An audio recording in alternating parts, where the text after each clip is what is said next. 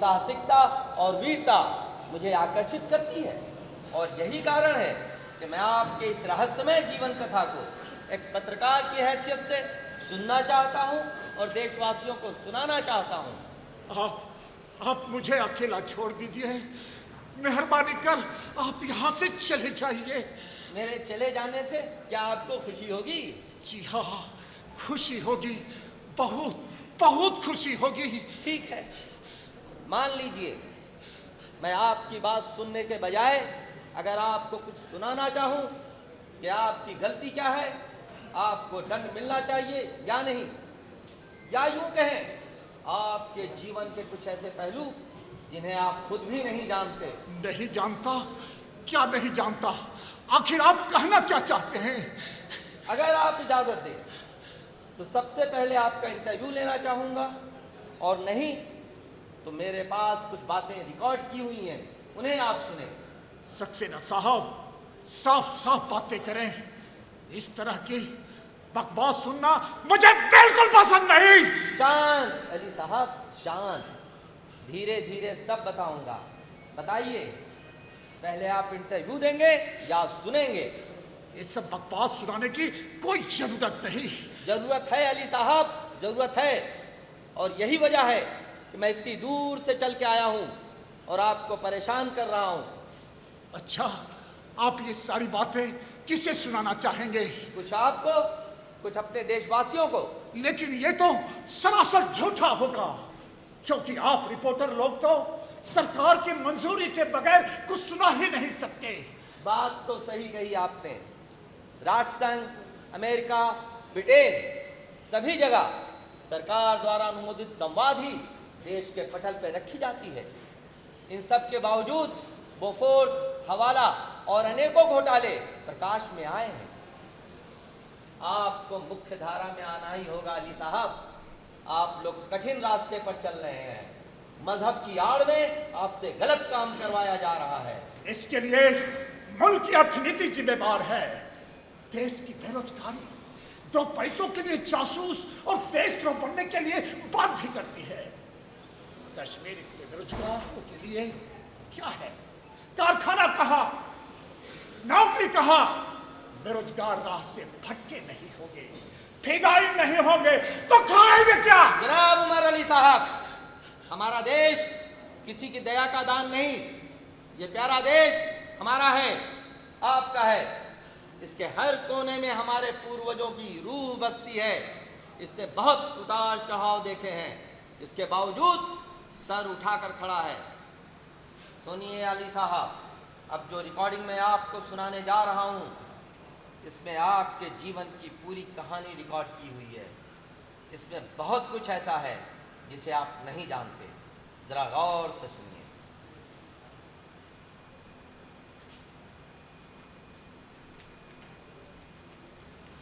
है, लेकिन एक बच्चा होता तो और बहुत मजा आता। हाँ हाँ, वो तो ठीक है। ले, हो गए। हरे खुशबू, हाँ बस। तू तो सुफियाना रक्स बहुत अच्छा कर लेती है। हाँ हाँ, तो आज एक बार करना। नहीं नहीं, अभी नहीं। अरे एक बार तो कर। ठीक है, चलो।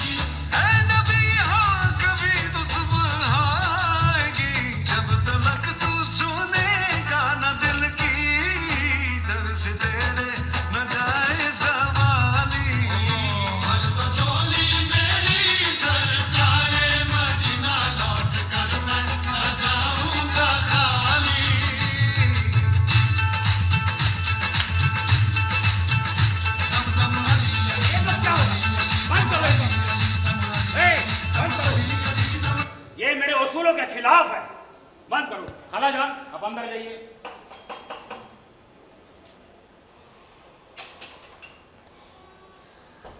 होशियार, यदि पुलिस हो तो इन दरवाजे पर बातों से फंसाए रखना और इशारे से हमें बता देना। यदि दूसरा कोई हो तो कह देना उमर मुल्ला घर पर नहीं है, बाजार गए हैं। ठीक है? ठीक है, मैं वही कहूंगी। जाओ।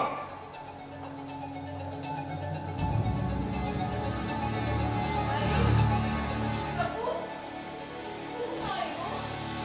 इतनी दिनों बाद? मैं तो जान ही नहीं पाई। आओ, अंदर आओ। लेकिन भाईजान घर पर नहीं है। तुम एक काम करो, तुम यहीं बैठो। नहीं, तुम मेरे साथ अंदर चलो। मैं तुम्हारे लिए चाय का इंतजाम करती हूँ। ओहो चाची जान, चाय पानी सब बाद में होगी, पहले बताइए आप लोग का हाल क्या है? अल्लाह का करम है, सब कुछ ठीक है। चाची जान, हाँ? यहाँ का हालत देखकर मुझे बहुत खराब लग रहा है। ये जगह मेरे लिए कितना जाना पहचाना था, आज बिल्कुल अनजान सा लग रहा है। यहाँ पैदा हुए, पढ़े लिखे, बड़े हुए और आज अनजान सा हो गया। क्यों चाची, ऐसा क्यों? अरे बेटा, बहुत दिनों बाद आए हो ना, इसीलिए ऐसा लग रहा है। जानते हो चाची, मैं और चीकू एक ही बस में दिल्ली से आए। चीकू? वही चीकू जो मेरे साथ कॉलेज में पढ़ा करता था। अच्छा। मगर पूरा रास्ता वो मुझसे कोई बात नहीं की, मुझे देखकर ऐसे कतरा रहा था। अचानक ऐसा बदलाव? अरे क्या बदलाव? चीकू बात नहीं की तो बदलाव? ओहो चाची जान, चीकू बात नहीं की तो कोई बात नहीं, लेकिन जानते हो रास्ते में 5 बच्चे की पूछते हैं कहाँ से आ रहे हो, कहाँ जाना है, सामान में क्या क्या है, और भी बहुत कुछ। चाची पहले तो ऐसा नहीं था। चाची, हाँ? कैसी आवाज आ रही है? अजीब सा आवाज है, किसकी हो सकती है? हो सकती किसी परिंदे की आवाज। परिंदा? ऐसी आवाज तो पहले कभी नहीं सुने। चाची वह कौन है? कोई नहीं, तुम अंदर चलो अंदर चलो। हुसैन चाची, उसे रोको मत, बोलने दो। अरे भाईजान, कैसे हो? सब अल्लाह की दुआ है, तुम अपनी खैरियत कहो। हाँ सब ठीक है, लेकिन ये सब क्या है? दरअसल यहाँ की हालात, खैर छोड़ो ये सारी बात। चलो इन लोगों से तारुफ कराता हूँ। यह है retired army major Chaudhary Jahangir Murad. Azad Kashmir की जंग में सैकड़ों हिंदुस्तानी फौज को मौत के घाट उतार चुके हैं। समूचे एशियाई मुसलमानों में इनकी एक अलग पहचान है। भारतीय नामों निगारों में टाइगर के नाम से मशहूर है। उनका कहना है कि इनका ताल्लुक ओसामा बिन लादेन से है। हम लोग इन्हें अपना कमांडर बनाया है। शब्बो, इसे पहचानते हो? मेरे स्कूल और कॉलेज के जमाने का अजीज दोस्त सुलेमान शब्दो। इसके भाईजान हिंदुस्तान के बड़े नेताओं में से एक है और ये यहाँ आजाद फौज का कैप्टन। क्यों बे, ठीक कहा ना? शब्बो जी, अब मैं तुझे अपने दल के सबसे अहम सदस्य तारुफ कराता हूँ। यह है गूंगा, मुंह से अल्फाज नहीं निकलता, यतीम है, लेकिन हमारे लिए बेशकीमती है। दोनों हाथों से बंदूक चलाना जानता है। पिछले महीने ही एक ट्रक बीएसएफ के जवानों को संभाल चुका है और यहाँ सीधा साधा हम लोगों का सिग्नल मास्टर हमें सिग्नल देकर खतरों से आगाह कराता है। उमर मियां, मैं कह रही थी सबू अभी आया है, सफर से थका होगा। मैं इसे अंदर ले जाती हूँ। हाँ चाची, यही ठीक रहेगा। चलिए ठहरो तो सही, तुमसे इन लोग को तारुफ करा दूं। जनाब जंगी साहब जी, ये है मेरा छोटा भाई शब्बो, वो प्रोफेसर शब्बीर अली, दिल्ली के सरकारी कॉलेज में पढ़ाता है और कॉलेज की लड़की से इश्क लड़ाकर निकाह किया है। क्यों, ठीक कहा ना? हुसैन चाची, हाँ? आप शब्बू को लेकर अंदर जाइए, हमें कुछ अहम बातें करनी है। हाँ चलिए चलिए। चलो। हिंदुस्तानी हुकूमत के सरकारी प्रोफेसर सब्बिर आली, तुमसे मिलकर बहुत खुशी हुई है। तुम जैसे पंडितों से हमें बहुत बातें करनी है। ये सब बातें बाद में होगी, पहले जरा नहा धोकर फ्रेश हो जाओ, फिर आपसे बात करते हैं। चलिए चाची। हिंदुस्तानी हुकूमत के सरकारी नौकर सब्बिर आली, हम लोगों को तुम्हारी बहुत जरूरत है। कैप्टन सत्तू, आनंद,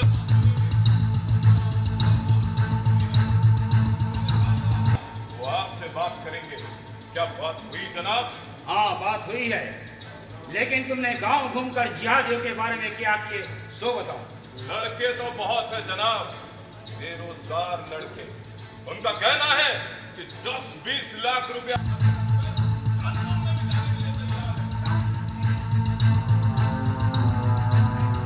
काम में हमारे बहुत साथियों को शहीद होना पड़ेगा, बहुत प्राण फिदाई हुआ है, हमें भी बदला लेना है। मैंने एक हिट लिस्ट तैयार किया है, इसके लिए असला गुला बारूद की सख्त जरूरत है। तुम एक काम करो, तुम फंड पोजीशन बताओ।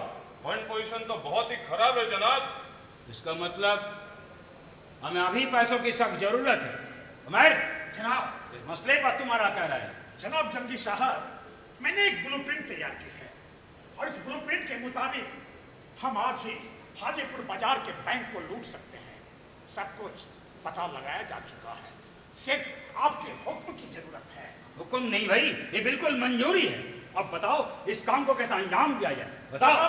जंगी साहब, बैंक के पास एक शराब की भट्टी है, होगा ठीक 1 बजे बगैर शराब पिए शराबी की तरह लाल लाल आंखें किए कभी एक कदम आगे तो कभी एक कदम पीछे, अर्थात हालात पर कड़ी नजर रखेगा। इसके जिस्म पर काला चादर रहेगा। अगर किसी प्रकार की मुश्किलात सामने आती है तो गोली चार्ज करेगा। होगा ठीक 1 बजे से 1:10 के बीच हमें सिग्नल देगा। ठीक उसी समय मैं और सुलेमान सत्तू मोटर बाइक के साथ सामने की गली में इंतजार करेंगे। जनाब जंगी साहब, गूंगा का सिग्नल पाते ही हम लोग बैंक पर टूट पड़ेंगे। आपका काम होगा बैंक जाकर चेक कैश कराना और प्लान के मुताबिक आप बंदूकधारी गार्ड के पीछे पिस्तौल सटाकर इंतजार कीजिएगा।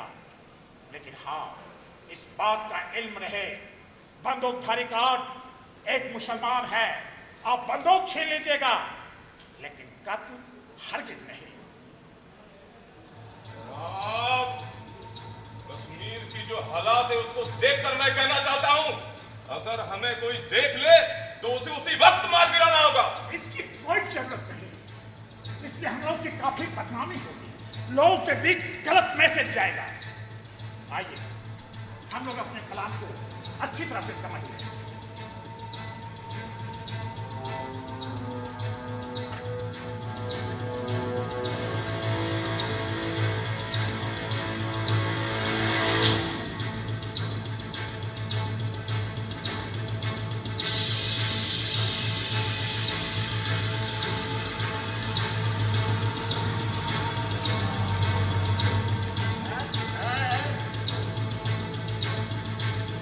आशा करता हूं आप लोग प्लान को अच्छी तरह से समझ गए होंगे। अब मसला यह है, रुपया लेकर रखेंगे कहाँ? क्यों? यहाँ पर नहीं, वारदात होते ही इस इलाके में पुलिस की घेराबंदी बढ़ जाएगी। अगर पुलिस खोज निकाले तो? इस बारे में आपने कुछ सोचा है जंगी साहब? मैं सोचता हूँ हिंदुस्तानी हुकूमत का तकमाधारी मियाँ सब्बिर आली को इस काम में लगाने से कैसा होगा? वाह, बहुत खूब। सब्बू आज ही पैसा लेकर दिल्ली के लिए रवाना हो जाएगा जनाब। हाँ, यही ठीक रहेगा। उमर, जनाब, इस मसले पर तुम्हारा क्या ख्याल है? जनाब जंगी साहब, सब्बू मेरा छोटा भाई है। उसे बचपन से नवाब जादव की तरफ पाला है। उसे दिल्ली में रहकर उचित तालीम दी है। वह एक नेक दिल इंसान है। हम लोग का जो काम करने का तौर तरीका है शायद उसे पसंद ना आए। सो क्या उमर, तुम क्या मुफलिसी में बड़े हुए हो? अरे भाई, हमें तो सब्बिर की फिक्र लगी हुई है, कहीं हो या रहकर मुसीबत में ना पड़ जाए। जनाब जंगी साहब, इस तरह वक्त जाया करना अक्लमंदी नहीं। पहले हम लोग यहाँ लाकर रुपया रखे तो सही, फिर जो होगा देखा जाएगा। ठीक है उमर, जनाब। इस बैंक के हिंदू कर्मचारी की तादाद कितनी है? 6। और मुसलमान? 1। इसका मतलब सिर्फ गॉड ही मुसलमान है। फायर, किल ऑल द काफिर इन दोर। बिस्मिल्लाह, अल्लाहू अकबर।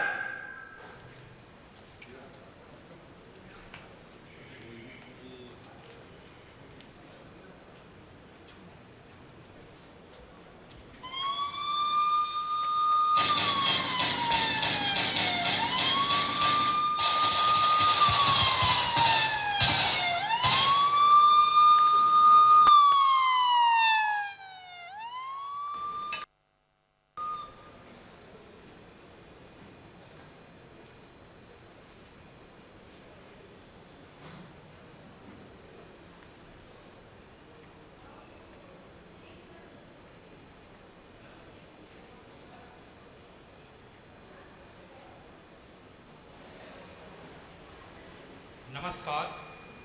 आज का मुख्य समाचार। अभी अभी सूचना मिली है कि पाक समर्थित उग्रवादियों ने आज दोपहर हाजीपुर बाजार के बैंक में हमला कर तकरीबन 2 करोड़ रुपए लेकर भाग गए। इसमें 6 निरपराध कर्मचारियों की भी हत्या हुई है। पुलिस संदेहजनक लोगों की तलाश कर रही है। शहर में नाकेबंदी कर दी गई है।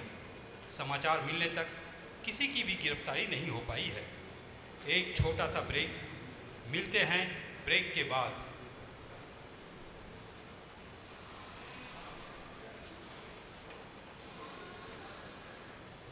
नहीं, मुझसे यह काम नहीं हो सकता। आप लोगों का चोरी किए गए और खून से रंगे रुपयों के लिए मैं कोई मदद नहीं कर सकता। आखिर आप लोग समझते क्यों? आप लोग जो लगातार वैश्यपन और गलत काम कर रहे हैं, उस नापाक काम में मैं बिल्कुल शामिल नहीं हो सकता। मैं यहाँ और एक पल भी रुक नहीं सकता। अभी इसी वक्त में दिल्ली चला जाऊंगा। सब्बीर, तुम समझदार हो। समाचार सुनकर बिल्कुल समझ गए होंगे कि इस इलाके में पुलिस की घेराबंदी बढ़ गई है। कभी भी किसी भी वक्त पुलिस यहाँ आ सकती है तलाशी के लिए। उस वक्त क्या होगा सब्बीर? इतना समझने का अक्ल तो तुम्हारे पास है। देखो मेरे भाईजान, जाना चाहते हो तो जाओ, लेकिन जाने से पहले हमारे रुपये को खुफिया जगह पर पहुंचाते जाओ। गूंगा तुम्हें रास्ता दिखाते हुए सही जगह पर पहुंचा देगा। तुम्हारा सरकारी तकमा पुलिस के सामने काम आएगी। तुम्हें कोई नहीं रोकेगा। तुम्हें डरने की कोई जरूरत नहीं। मैं डरता नहीं जंगी साहब, सच्चाई के लिए जान देने के लिए तैयार हूं। इसीलिए तो इस्लाम के खातिर तुम्हारे जमीर को आवाज दिलाऊं, ये तुम्हारी मजहबी जिम्मेदारी है। खामोश जंगी साहब, आप मुझे गलत रास्ते पे ले जाने का मौका मत देखिए।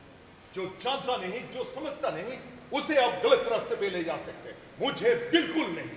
क्या जानता नहीं, क्या समझता नहीं, तुम समझते क्या हो? बिना जाने, बिना समझे ये सब कुछ हम लोग कर रहे हैं। ये क्या बच्चों का खेल है? भाईजान, जंगी साहब आप लोगों से जो कुछ करवा रहा है वो गलत है, सही रास्ता नहीं है। सब मिलाए! कौन सा रास्ता सही नहीं है? क्या यही सही रास्ता है?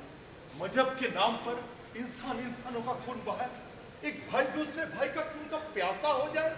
ये तो हिंदुस्तानी हुकूमत ने हमें सिखाया है। अपने मुल्क में अपनी सत्ता को बरकरार रखने के लिए इंसानों की जान बर्बरता से नहीं ली गई। जानते हो सत्तू, जानता हूं मैं, हमें तो कभी कभी ताजुब होता है इन हिंदुस्तानी हुक्मरानों पर। कई लोग अंग्रेज तो नहीं, क्या लोग विदेशी तो नहीं। आपका जवाब नहीं जंगी साहब। इतनी देर बाद आप मेरी मन की बात की। पंजाब में अकाली जनता शासन को खत्म करने के लिए संत जर्नैल सिंह भिंडरावाला को तत्कालीन सरकार ने तैयार किया। उसका क्या हासिल हुआ आपको मालूम? ये उसामा बिन लादेन को 50 वर्ष की उम्र, जाति थे सऊदी, तकरीबन 1 दशक तक अफगानिस्तान ने सोवियत संघ के खिलाफ लड़ा। यही ओसामा बिन लादेन अमेरिका का सबसे बड़ा हथियार और मास्टर ब्रेन था, जिस चीन को अमेरिका अपने काम हासिल करने के लिए बोतल से बाहर किया था। काम हासिल होने पर दोबारा बोतल में बंद न कर सका और उसकी गले की हड्डी बन गई थी। उमर, ये तो काफिरों की तरह बोल रहा है। ओसामा बिन लादेन एक पाक मुसलमान था। उसका इस्लामिक संगठन अल कायदा सारी दुनिया में छाए काफिरों के विरुद्ध लड़ाई कर रहा है। तज्जुब की बात है, ये उनकी शिकायत कर रहा है। शब्बीर, शायद तुम नहीं जानते हो, उसामा बिन लादेन अपने उसूलों का एक पक्का पाक मुसलमान था, हम लोगों का रहनुमा था। किस उसूल, किस रास्ते की बात कर रहे हैं जंगी साहब, जो हमें जुल्म और कुफ्र सिखाता है, जो कहता है दूसरे मजहब के इंसान हमारे दुश्मन है और इस दुश्मन को खत्म ना होने तक जिहाद चलता रहेगा। इसे कोई भी तालीम याफ्ता लोग मान पाएंगे। और फिदाइन का सबसे बड़ा पुरस्कार जन्नत, ये तो कुरान में कहीं नहीं लिखा हुआ।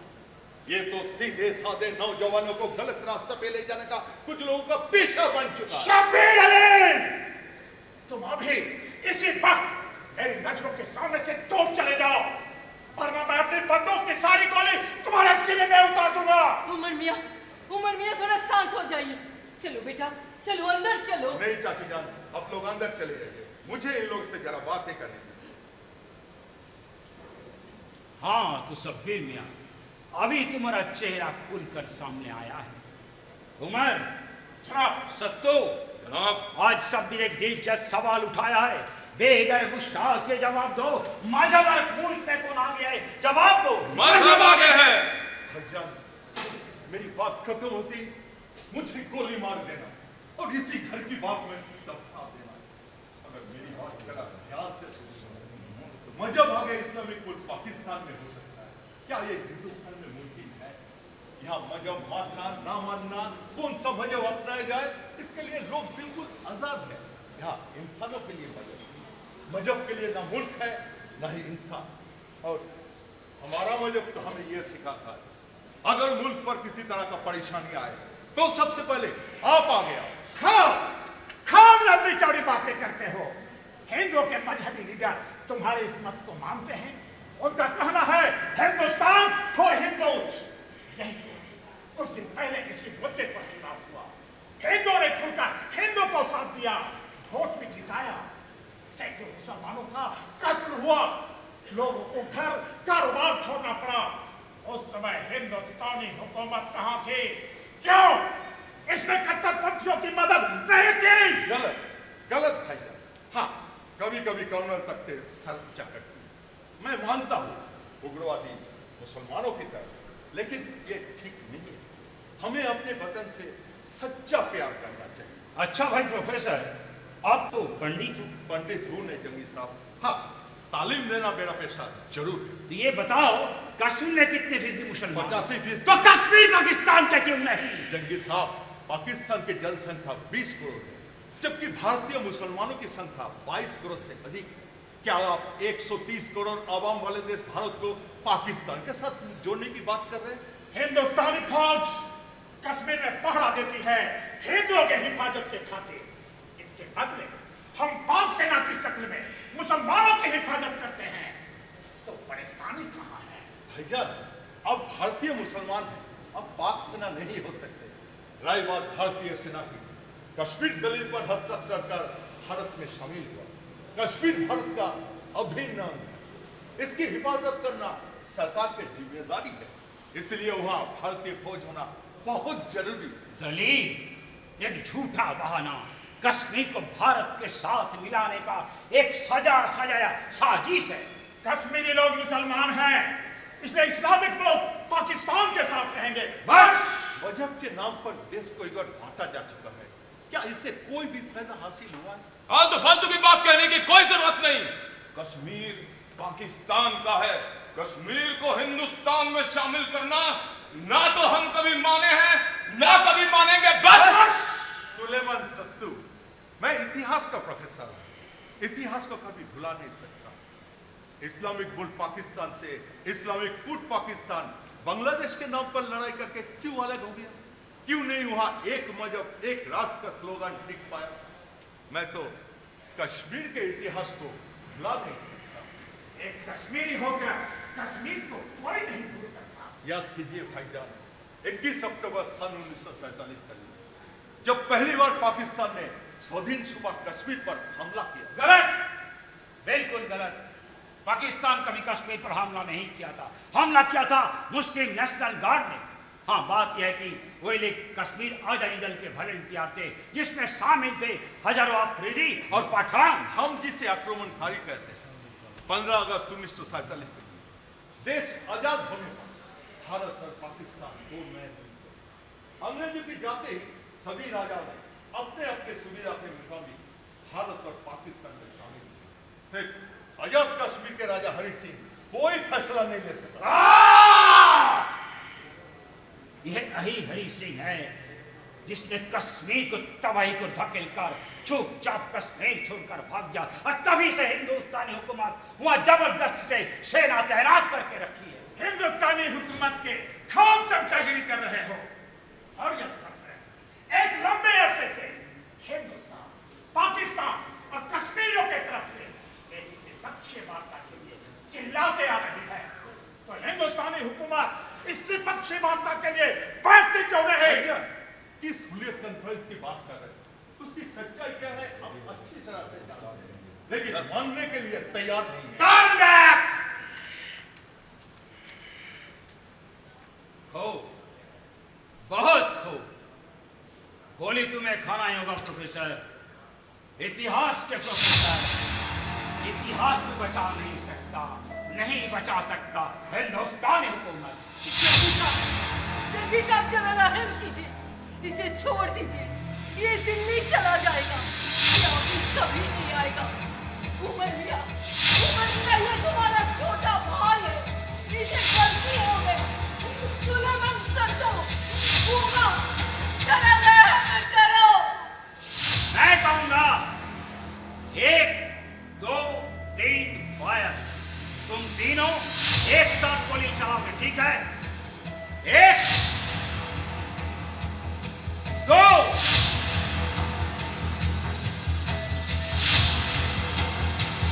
3।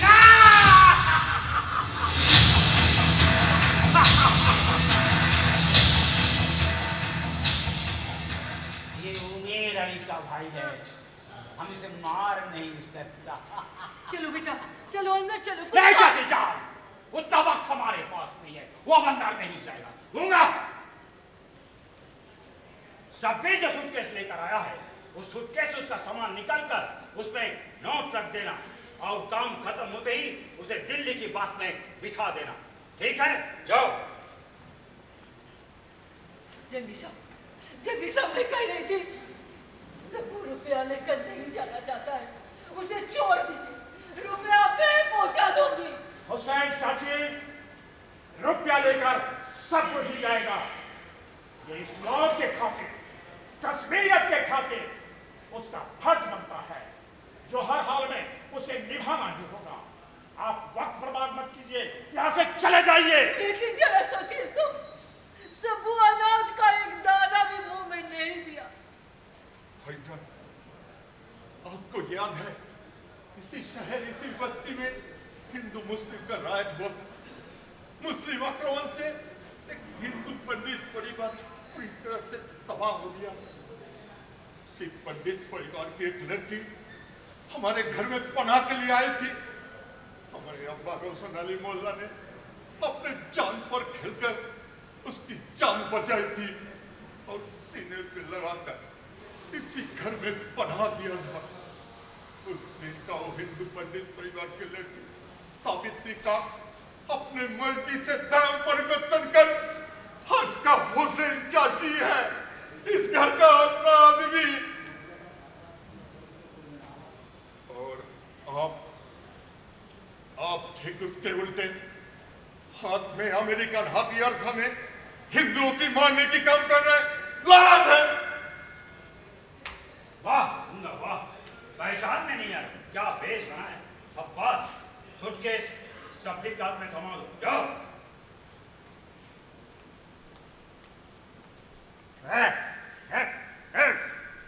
भाईजान, आज अगर पुलिस इस घर में तलाशी के लिए आए और आप में से कोई भी आदमी किसी के दरवाजा पर पनाह के लिए जाए, तो शायद एक भी दरवाजा आप लोगों के लिए नहीं खुलेगा।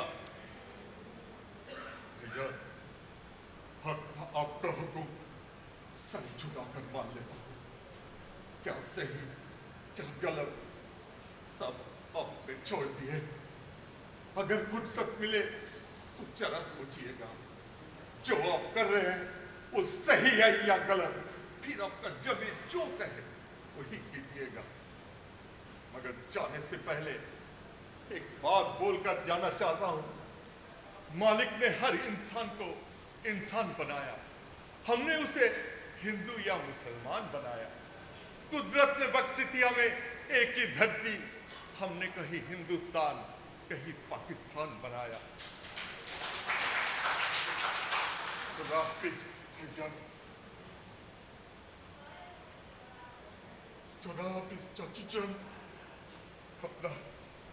अपना ख्याल रखना।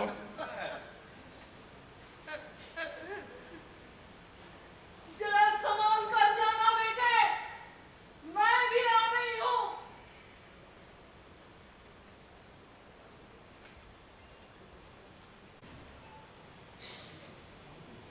बेटे को समझ में आ गया, उसे रुकने के लिए बुलाया जा रहा है, लेकिन सबू रुकता नहीं। सामने बड़ी निभे जाकर दरवाजा पर धक्का दे रहा है, थोड़ा ठिकाना मांगता है, लेकिन कोई दरवाजा नहीं खोलता। सबू रास्ते पर आ जाता है, स्टेन गार्ड से गोली चल पड़ती है।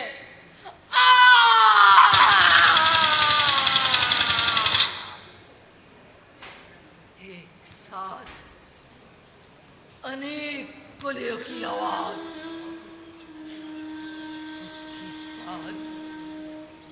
उसके बाद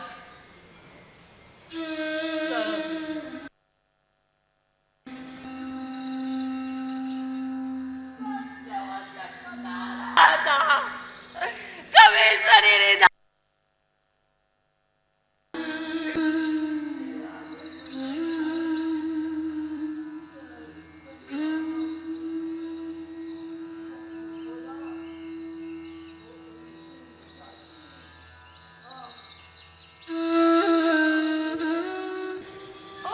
आप दिल्ली भाग जाइए, मेरी बीवी अस्पताल में पड़ी है, मदद की सख्त जरूरत।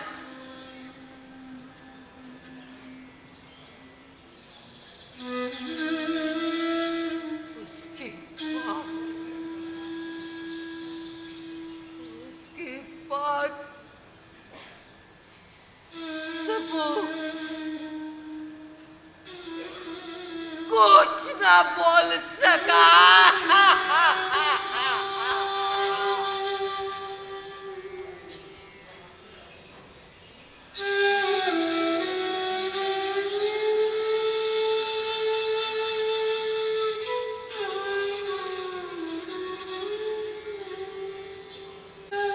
तभी से मैं दिल्ली में हूँ, सबू की बीबी नरगिस और उसके बच्चे की देखभाल कर रही हूँ।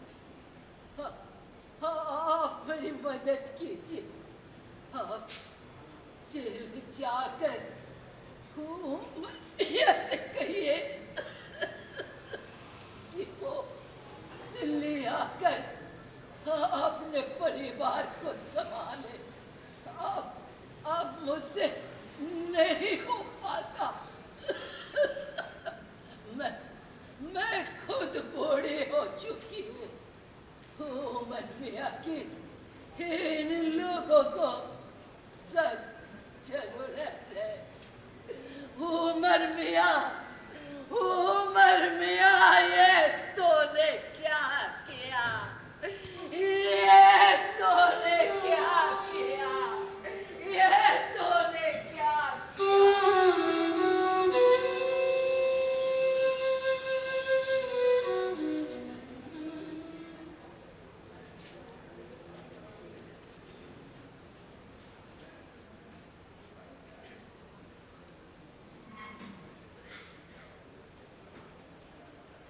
जनाब उमर अली साहब, आपने ज़रूर हुसैन चाची की आवाज़ पहचान ली होगी। इन सारी वारदात की कहानी हुसैन चाची ने ही मुझे सुनाई थी। इस ऑडियो को बनाने में उन्होंने ही हमारी मदद की। उनका मकसद था आपको बताना और समझाना। जी हाँ, ये हुसैन चाची की ही आवाज है, जिसे मैं अच्छी तरह से पहचान चुका हूँ।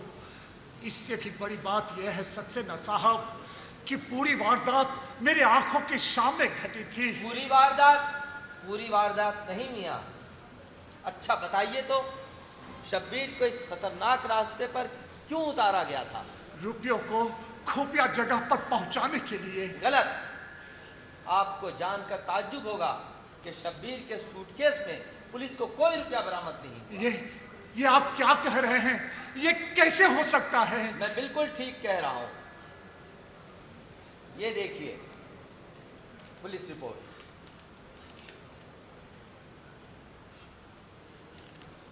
अब आप बताइए, शब्बीर को कहां भेजा गया था? क्यों खुफिया जगह पर? फिर गलत। उसे भेजा गया था खतरनाक रास्ते पर, मिलिट्री पुलिस की गोली के सामने, ताकि वो पुलिस की गोली का शिकार हो जाए। जंगी साहब उसे बर्दाश्त नहीं कर पा रहे थे। वो शब्बीर से डरते थे। लेकिन ऐसा क्यों? हम लोग तो उसे घर पर ही गोली मारना चाहते थे। वो सब सिर्फ एक दिखावा था। वो आपके सामने उसे मारना नहीं चाहते थे। आफ्टर ऑल प्रोफेसर आपका छोटा भाई था। मियाँ साहब, अगर आप अपने संगठन के गलत बयानों का समय पे विश्लेषण करते तो शायद आज आपका ये हाल नहीं होता। सक्सेना साहब, आप साफ बातें कहें। अभी सदकोप में बैठे बैठे मेरा दम घुट रहा है। परेशान हो रहे हैं मियाँ साहब। हकीकत अभी तक आपने जानी ही कहाँ है। अब जो कुछ मैं कहने जा रहा हूँ उसे जरा गौर से सुनिए। शब्बीर अली दिल्ली से मिठाई लेकर आया था एक खुशखबरी सुनाने के लिए, लेकिन ना ही वो मिठाई आप लोग के बीच बांट सका और ना ही कोई खुशखबरी सुना सका। क्या आप जानते हैं प्रोफेसर की बीवी नरगिस ने उसी दिन एक पुत्र को जन्म दिया।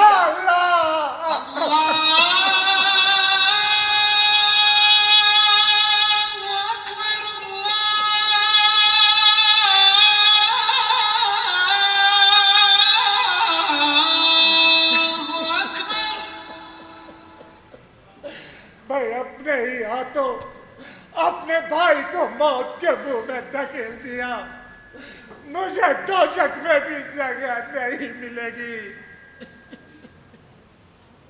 आपका छोटा भाई जिसने आपके कहने पर मौत को गले लगाया, वो ये जिम्मेदारी देकर गया है कि आप उस नवजात शिशु की एक अच्छी परवरिश करें, एक अच्छा इंसान बनाएं। मुझसे ये कैसे मुमकिन हो सकेगा सक्सेना साहब? मुझे तो चारों तरफ सिर्फ अंधेरा ही अंधेरा दिखाई दे रहा है। आपके इस अंधेरे जीवन में फिर से रोशनी आ सकती है। अदालत में अर्जी देने से हो सकता है आपको जमानत भी मिल जाए। ये आप क्या कह रहे हैं? मैं जो कहूंगा अर्थात पुलिस जो कहेगी वही आपको करना होगा। आपको सरकारी गवाह बनना होगा। मैं रिपोर्टर सुमित सक्सेना नहीं हूं। काम हासिल करने के लिए ये मेरा बदला हुआ नाम है। मैं दिल्ली पुलिस के डिटेक्टिव डिपार्टमेंट का एक्स आईजी भास्कर बनर्जी हूं। प्रोफेसर के मौत के बाद से ही इस काम में लगा हुआ था, जो आज जाकर कहीं पूरा हुआ। ठीक है आईजी साहब, अब आप जैसा कहेंगे मैं वैसा ही करूंगा। मेरे इन कमजोर बाजुओं को बल दीजिए, अंधेरे से रोशनी की ओर जाने का रास्ता दिखाइए। आज मेरा एहसास जाग गया है। मुझे कश्मीर से मोहब्बत है, मुझे अपने वतन की मिट्टी से प्यार है, मुझे हिंदुस्तान से मोहब्बत है।